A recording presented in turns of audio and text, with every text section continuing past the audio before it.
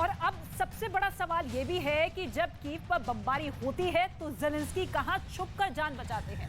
क्या वजह है कि पुतिन की मिसाइलें भी ज़ेलेंस्की के सुरक्षा चक्र के आगे नाकाम साबित हो रही है? आज हम आपको यूक्रेन के राष्ट्रपति ज़ेलेंस्की के इमरजेंसी ऑपरेशन सेंटर का वो एक्सक्लूसिव वीडियो दिखाएंगे जहां युद्ध से जुड़ा हर अहम फैसला वहां से लिया जाता है।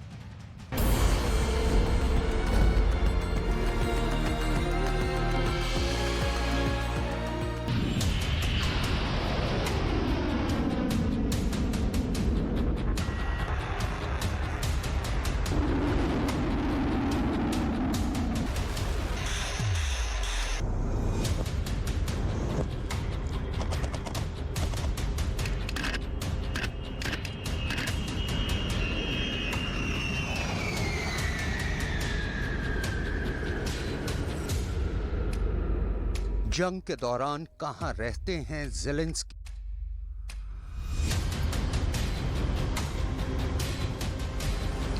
पुतिन के मिसाइल अटैक से कैसे बचते हैं ज़ेलेंस्की?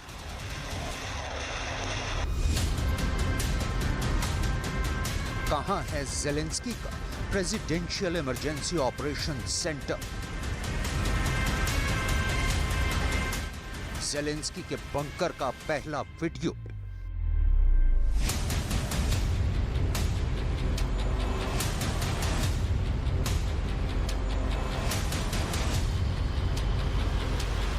रूस और यूक्रेन के बीच जारी जंग को 1 साल बीत चुका है और ये जंग थमने के बजाय और भी भीषण होती जा रही है। यूक्रेन जंग के अलग अलग वॉर फ्रंट पर रूस के मिसाइल हमले भी तेज होते जा रहे हैं। 1 साल बीत जाने के बावजूद पुतिन की फौज यूक्रेन के राष्ट्रपति व्लादिमीर ज़ेलेंस्की को कोई नुकसान तक नहीं पहुंचाई है। यकीनन इस सवाल का जवाब जानने की ख्वाहिश हर किसी के मन में होगी कि आखिर ज़ेलेंस्की पुतिन के मिसाइल अटैक से अब तक महफूज कैसे हैं? और पिछले 1 साल से यूक्रेन में जारी आपातकाल के दौरान ज़ेलेंस्की अपना इमरजेंसी ऑपरेशन सेंटर कहां से चला रहे हैं? तो इसका जवाब है राष्ट्रपति ज़ेलेंस्की ये तमाम काम एक बंकर से कर रहे हैं और ये राष्ट्रपति ज़ेलेंस्की के उसी बंकर का एक्सक्लूसिव वीडियो है।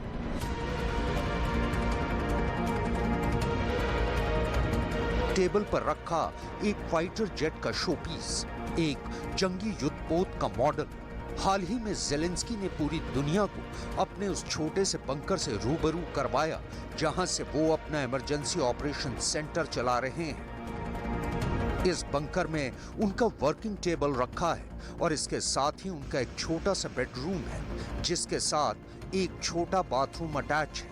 उनके बेडरूम में एक सिंगल बेड है जिस पर वो आराम करते हैं। इस बंकर में उनका एक वार्डरोब भी है जिसमें उनके खाकी मिलिट्री फटीग और जूते रखे हुए हैं। उनके वार्डरोब में सूट भी रखे हैं, लेकिन ज़ेलेंस्की का कहना है कि वो ये सूट तब पहनेंगे जब यूक्रेन जंग जीत जाएगा।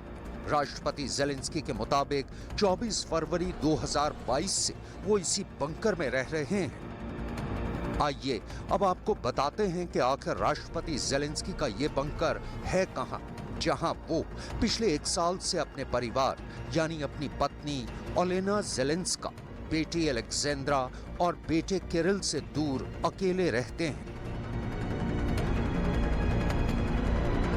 राष्ट्रपति ज़ेलेंस्की का यह बंकर यूक्रेन के राष्ट्रपति निवास यानी बनकोवा के नीचे एक तहखाने में बना है। ज़ेलेंस्की के बंकर की हिफाजत के लिए इस बंकर के चारों तरफ मोटे स्टील की एक परत भी है। बंकर के बेडरूम की दीवार पर एक टीवी लगा है। इसके अलावा उन्होंने इस बंकर में अपने परिवार की एक फोटो भी रखी हुई है। आइए अब आपको ये बता दें कि आखिर एक बंकर होता क्या है और ये वजूद में कब आया। दरअसल बंकर शब्द का इस्तेमाल पहली बार दूसरे विश्व युद्ध के दौरान हुआ था। उससे पहले जमीन के नीचे जान बचाने के लिए बने किसी भी ठिकाने को डग आउट कहा जाता था।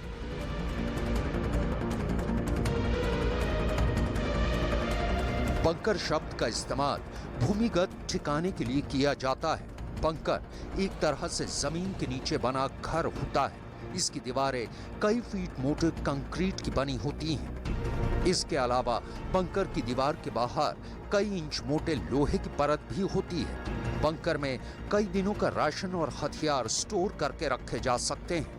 आपातकाल के लिए सेना और सरकारें बंकर तैयार करती हैं। यूक्रेन के राष्ट्रपति व्लादिमीर ज़ेलेंस्की भी फिलहाल इसी तरह के बंकर में रहने के लिए मजबूर हैं। राष्ट्रपति ज़ेलेंस्की का कहना है कि सुरक्षा की वजह और अपनी जान और जहान बचाने की जद्दोजहद के कारण उन्हें इस बंकर के ज्यादातर हिस्से में अंधेरा रखना पड़ता है। यानी यूक्रेन जंग से पहले जो शख्स दिन के उजाले में अपने देश में बेखौफ घूमता था, आज जंग की वजह से एक अंधेरे बंकर को आशियाना बनाने के लिए मजबूर है। ज़ेलेंस्की के ज्यादातर बयान भी इसी बंकर में रिकॉर्ड किए जाते हैं। День цього ж місця, близько 7 ранку я звернувся до вас з короткою заявою, тривалістю всього 67 секунд. В ній пролунали дві найголовніші і тоді, і зараз речі. Те, що Росія почала проти нас повномасштабну війну. І те, що ми сильні, ми готові до всього. Ми всіх переможемо, бо ми – це Україна. Так розпочалось 24 лютого 2022 року.